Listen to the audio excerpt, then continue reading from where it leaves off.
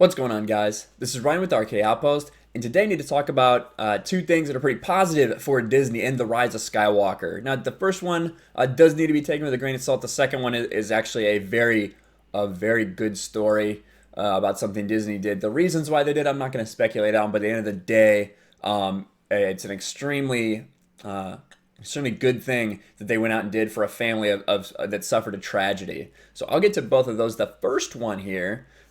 Like I said, does kind of need to be taken with a grain of salt. It looks really good for Rise of Skywalker, though. Rise of Skywalker eyes $35 million Merry Christmas, was second best ever for a holiday. And right here on Christmas night, industry estimates are showing Disney Lucasfilm Star Wars Rise of Skywalker scoring the second best Christmas day ever at the box office with $35 million, behind Force Awakens, which made $50 million. Now, that is still a significant mark below Force Awakens. However, it does beat Rise of Skywalker, even if it comes in a little lighter than what we're seeing, or Last Jedi. Even if Skywalker comes in lighter than what we're seeing, it's likely to beat the Christmas Day grosses of Last Jedi at $27 million and Rogue One at $25 million. Today's cash for Skywalker puts its 6-day total at $261 million, which is 6% behind The Last Jedi over the same period of time. So, and that's what I think a lot of people are going to focus on, the fact that it is, 6% less than Last Jedi. So it's catching up to Last Jedi. When I said you have to take this with a grain of salt, it has to do with the release dates. All right, Last Jedi was released December 15th. Rise of Skywalker was released on December 20th. So much closer to Christmas. Still had a lot more momentum going into Christmas. It wasn't until 10 days later that Last Jedi went into, had Christmas in theaters. So that does play a part, especially when you look at it catching up to that overall total. Because Last Jedi didn't get that big Christmas bump till several days later. So I would imagine we'll see Last Jedi, go back up a little bit. But you can't deny that Christmas Eve and Christmas Day were really good for Rise of Skywalker. So families went out and saw it. There's not tons of competition right now other than really Jumanji. So maybe that's a part as well. But you got to hand it to Rise of Skywalker. Made a lot of money. Second best ever Christmas.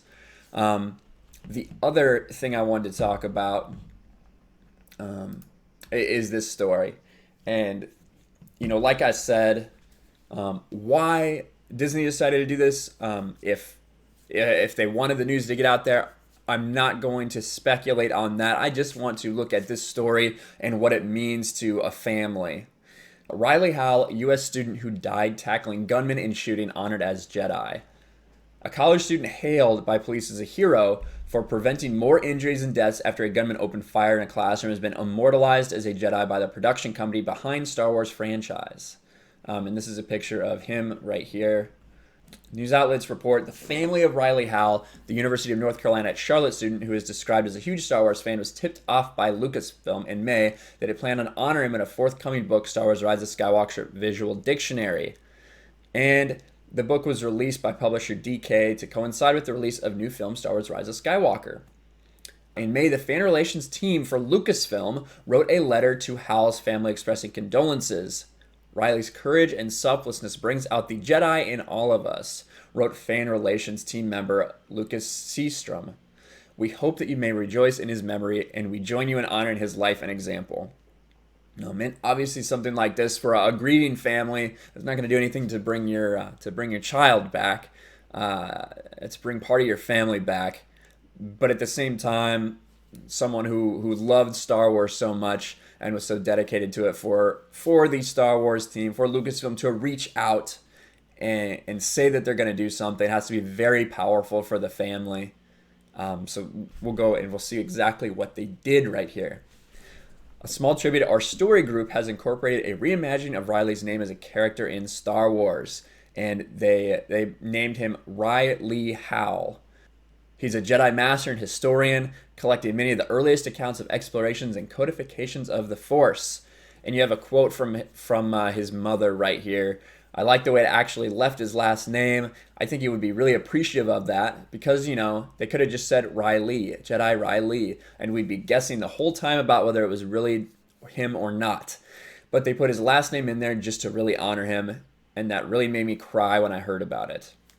The whole family went to see a new movie on opening night. They bought his, they brought his ashes and left the seat open for him. I think he would have liked the way it ended, Henry Howell said. And it talks about here what he did. Howell, 21, and a classmate died on April 30th when a gunman opened fire in a classroom in the Kennedy building on UNCC's campus. 4 other students were injured, but Howell's actions prevented more injuries or loss of life. You're either going to run, hide, and shield, or you're going to take the fight to the assailant, the police chief said. Having no place to run and hide, he did the last. And they have quotes from his longtime girlfriend. Though he wasn't an artist, he loved to draw the clone trooper helmets all the time, sometimes even on my birthday cards, his girlfriend said. The girlfriend's father, said Howell studied the Star Wars universe most of his life. He had a strong sense of good and evil and how to live life as someone who looked out for others. Seeing him listed as both a Jedi and historian in Star Wars lore is a perfect way to connect him to the story and the characters he loved.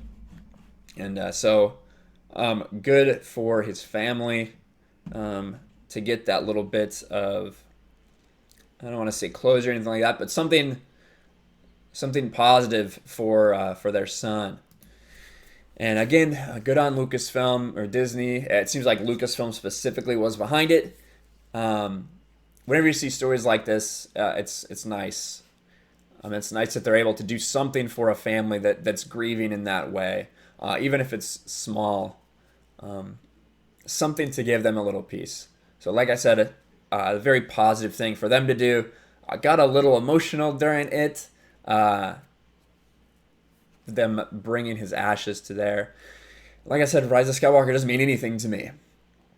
But for some people, it really does. So, wanted to talk about those 2 good stories involving Rise of Skywalker, because it's not all bad. There are some good things out there.